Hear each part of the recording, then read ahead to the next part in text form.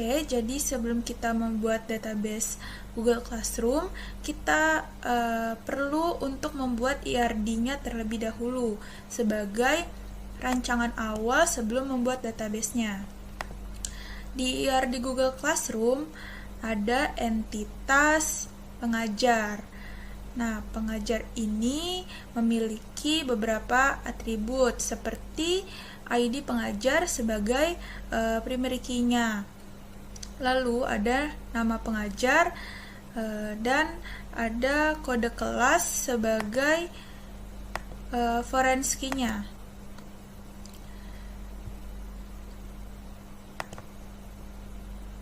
Selanjutnya ada entitas kelas. Di kelas memiliki beberapa atribut seperti kode kelas sebagai primary key-nya, lalu ada nama kelas dan deskripsi kelas. Kelas memiliki relasi dengan pengajar, yaitu satu kelas memiliki banyak pengajar.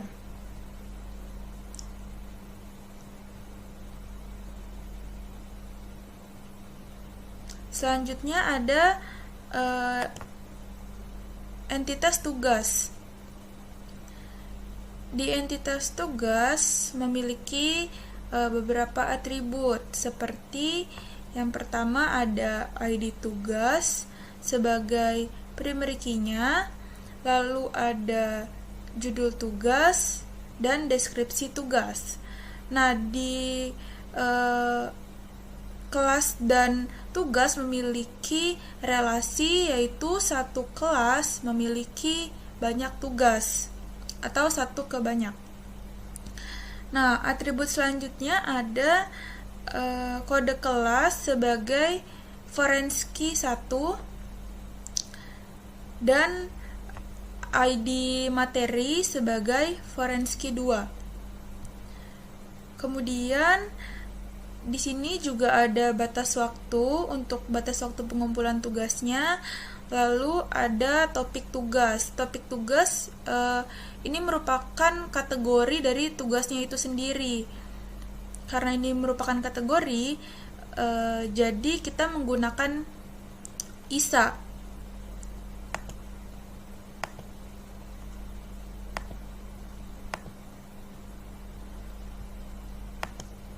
Nah, topik tugas ini memiliki banyak jenisnya. Ada topik pertanyaan, lalu ada tugas, dan ada kuis.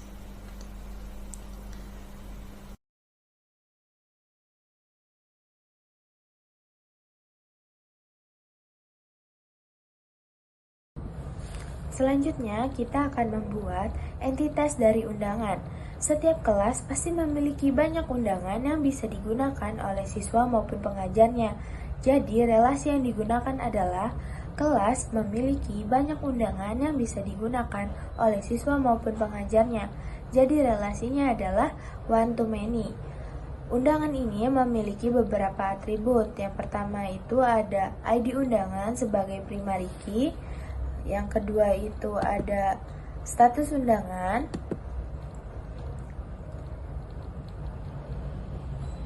Dan yang ketiga ada kode kelas sebagai foreign key. Setelah kita membuat entitas dari undangan, kita sekarang membuat entitas siswa. Kelas pasti memiliki banyak siswa, dan siswa itu pasti memiliki banyak kelas yang bisa diambilnya. Jadi, relasinya adalah kelas memiliki banyak siswa, dan siswa juga bisa memiliki banyak kelas yang mereka ambil. Jadi, relasinya adalah many to many. Siswa memiliki beberapa atribut. Yang pertama itu ada ID siswa sebagai primary key. Yang kedua itu ada nama siswa. Dan yang ketiga itu ada kode kelas sebagai forenski. Nah, selanjutnya kita akan membuat entitas student submissions dengan menggunakan simbol entitas yaitu berbentuk persegi panjang. Setelah membuat entitas student submissions, kita akan menghubungkan atau membuat relasi yang menghubungkan antara entitas siswa dengan entitas student submissions. Di sini menggunakan simbol berbentuk belah ketupat dengan teks mengirimkan. Dan pada lainnya kita tambahkan huruf N dan angka 1 yang jika dijabarkan adalah satu siswa dapat mengirimkan banyak student submissions. Nah, di sini entitas student submissions memiliki beberapa atribut. Yang pertama adalah ID underscore submission sebagai primary key. Nah, atribut yang kedua adalah nilai. Atribut yang ketiga adalah status underscore submissions. Atribut yang keempat adalah ID underscore tugas yang berperan sebagai forenski 1. Lalu atribut yang kelima adalah ID underscore siswa sebagai forenski 2 dan atribut yang keenam adalah konten. Nah, atribut-atribut ini dia memiliki bentuk yang bernama elips. Nah, setelah atribut-atributnya telah dibuat, nah pada entitas student submissions kita dapat menarik line yang akan dihubungkan ke masing-masing atribut yang dipunyai oleh entitas tersebut. Nah, setelah menentukan dan merapikan atribut-atribut yang dipunyai oleh entitas tersebut, kita akan membuat relasi kembali dari entitas tugas ke entitas student submissions dengan line bertipekan one to many dan nama relasinya yaitu memiliki. Nah, selanjutnya kita akan membuat entitas materi tugas. Nah, entitas materi tugas ini memiliki beberapa atribut juga. Yang pertama adalah ID underscore materi yang berperan sebagai primary key. Lalu ada deskripsi materi. Lalu atribut selanjutnya ada materi. Nah, di sini atribut materi memiliki submateri. Dia memiliki dua submateri. Yang pertama adalah URL dan file. Nah, selanjutnya atribut dari entitas materi tugas ini ada atribut kode kelas sebagai forenski dan ada atribut judul materi. Nah, keempat atribut ini dengan dua sub atribut akan dihubungkan kembali dengan titik yang berada di entitas. Lalu dua sub atribut akan dihubungkan dengan atribut materi. Selanjutnya akan kita buat relasi yang menghubungkan antara entitas materi tugas dengan entitas tugas dengan nama relasi yaitu memiliki dan tipe lainnya adalah one to many. Dan yang terakhir adalah kita akan membuat relasi yang menghubungkan entitas kelas dengan entitas materi tugas. Di sini sama, yaitu relasi menggunakan bentuk belah ketupat dengan tipe relasinya adalah memiliki. Nah, ini adalah bentuk full dari IRD Google Classroom. Selanjutnya kita akan membahas dan menjelaskan gimana bentuk tabel pada MySQL. Oke, setelah kita membuat IRD, selanjutnya kita akan membuat database untuk aplikasi Google Classroom-nya. Nah, langkah yang harus kita lakukan pertama-tama kita buka XMPP dan nyalakan modul Apache dan MySQL sampai berwarna hijau. Lalu kita buka command prompt dan kita ketikkan cd c XMPP MySQL bin. Ini merupakan direktori penyimpanannya. Lalu kita ketikkan lagi MySQL uroot p, ini merupakan user yang akan kita gunakan. Lalu kita show database untuk menampilkan database yang tersedia. Selanjutnya kita akan membuat database baru dengan nama dbgcr dengan perintah create. Lalu kita pakai database yang sudah kita buat tadi. dengan perintah use. Lalu kita buat tabel kelas dengan perintah create. Di kolom pertama ada kode kelas dengan tipe datanya integer, lalu kita tambahkan juga primary key-nya. Selanjutnya ada nama kelas yang memiliki tipe data varchar dengan limit 100 karakter. Selanjutnya ada deskripsi kelas dengan tipe data teks. Jika di enter, maka muncul query OK yang artinya kita berhasil membuat tabel kelas. Selanjutnya create tabel pengajar. Kita akan membuat tabel pengajar dengan kolom pertama yaitu ID pengajar, tipe datanya integer, dan kita tambahkan juga primary key-nya. Selanjutnya ada nama pengajar dengan tipe data varchar dan kita beri limit 100 karakter. Selanjutnya ada kode kelas dengan tipe datanya integer. Di tabel ini ada foreign key atau relasi dengan kode kelas, yang mana ini merupakan atribut dari tabel kelas. Kita ketikkan foreign key, kode kelas, reference kelas, kode kelas, maka query OK. Setelah itu kita akan membuat tabel materi tugas dengan perintah create tabel. Selanjutnya kolom pertama ada ID materi dengan tipe data integer dan kita tambahkan juga primary key-nya. Selanjutnya ada deskripsi materi dengan tipe data teks. Lalu ada judul materinya, kita beri tipe datanya itu varchar dan jangan lupa kita tuliskan limitnya yaitu 100 karakter. Selanjutnya ini ada URL dan file. Ini merupakan subatribut dari materi dengan tipe data varchar dan limitnya 255 karakter.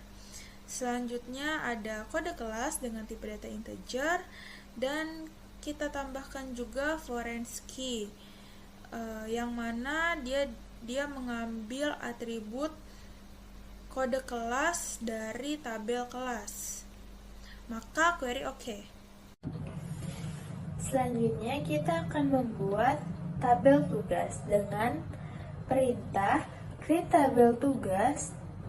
Di field yang pertama itu ada ID tugas, tipe datanya integer sebagai primary key. Yang kedua itu ada judul tugas, tipe datanya varchar dengan limitnya itu 100. Selanjutnya ada deskripsi tugas dengan tipe data teks. Selanjutnya ada batas waktu dengan tipe data date time. Selanjutnya ada topik tugas, tipe datanya varchar dengan limitnya itu 100. Selanjutnya ada kode kelas dan ID materi dengan tipe datanya integer. Lalu kita tambahkan foreign key-nya dengan perintah foreign key dalam kurung kode underscore kelas reference kelas dalam kurung kode kelas. Nah, kita tambahkan foreign key yang kedua yaitu dengan perintah foreign key dalam kurung ID materi reference materi tugas dalam kurung ID materi. Jika perintahnya sudah benar, maka query akan OK. Karena tabel tugas ini dibagi menjadi 3 menggunakan ISA, maka kita akan input satu-satu tabelnya. Yang pertama itu ada tabel pertanyaan dengan perintah create tabel pertanyaan. Di field yang pertama itu ada ID tugas, tipe datanya integer sebagai primary key. Lalu kita tambahkan foreign key-nya dengan perintah foreign key dalam kurung ID tugas, reference tugas dalam kurung ID tugas. Jika sudah benar, maka query akan OK. Perintah ini bisa digunakan kepada kuis maupun subtugas dengan menyesuaikan tabel yang ingin kita buat saja. Lalu setelah kita buat tabel tugas ini, kita akan membuat tabel undangan. Dengan perintah create tabel undangan, di field yang pertama itu ada ID undangan dengan tipe datanya integer. Lalu di field yang kedua ada status undangan, tipe datanya varchar dengan limitnya itu 50. Lalu ada kode kelas dengan tipe data integer. Lalu kita tambahkan foreign key-nya dengan perintah foreign key dalam kurung kode underscore kelas, reference kelas, dalam kurung kode kelas.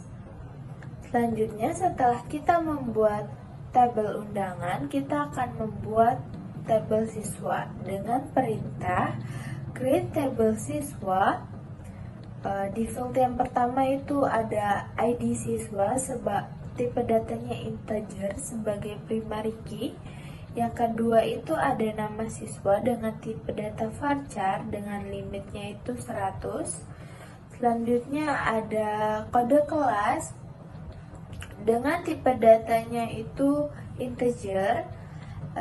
Di field lalu kita tambahkan foreign key-nya dengan perintah foreign key dalam kurung kode kelas, reference kelas, lalu dalam kurung kode kelas.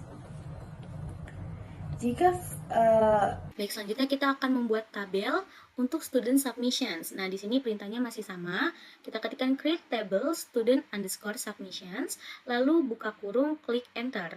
Nah, field yang pertama adalah ID underscore submissions. Kita menggunakan tipe integer. Nah, ID underscore submission ini pada IRD dia adalah primary key. Lalu kita akan ketikkan primary key, lalu klik enter. Kita masukkan ID underscore tugas menggunakan tipe integer, masukkan ID underscore siswa menggunakan tipe integer, lalu klik enter. Lalu field selanjutnya adalah content. Nah, ini kita menggunakan tipe teks, lalu ketikkan lalu klik enter. Selanjutnya adalah status underscore submissions menggunakan tipe varchar. Di sini kita mengisikan varchar ini sampai batas 50 huruf. Lalu dalam kurung 50-nya, lalu lalu klik enter. Field selanjutnya adalah nilai dengan tipe integer. Nah, di sini karena pada IRD ID tugas dan ID siswa merupakan foreign key, jadi kita berikan ini tandanya. Yang pertama adalah foreign key dalam kurung ID underscore tugas dengan reference dari nama tabelnya yaitu tugas. Nah, jadi kita ketikkan reference tugas dalam kurung ID underscore tugas, tutup kurung, lalu lalu kita klik lagi enter.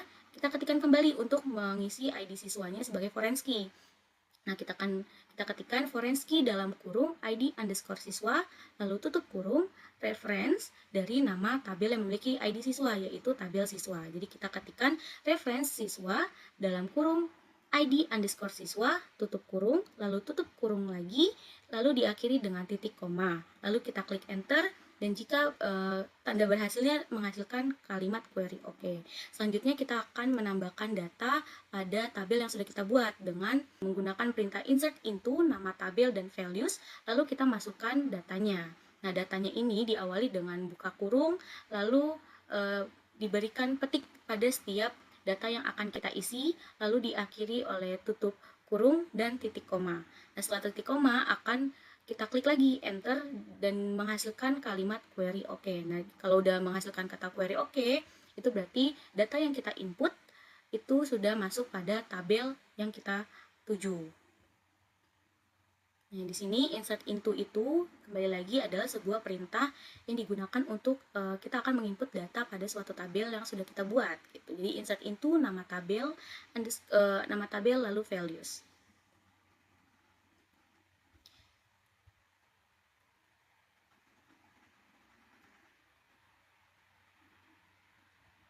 Untuk menginputnya pun harus sesuai dengan field yang dimiliki oleh setiap tabel gitu.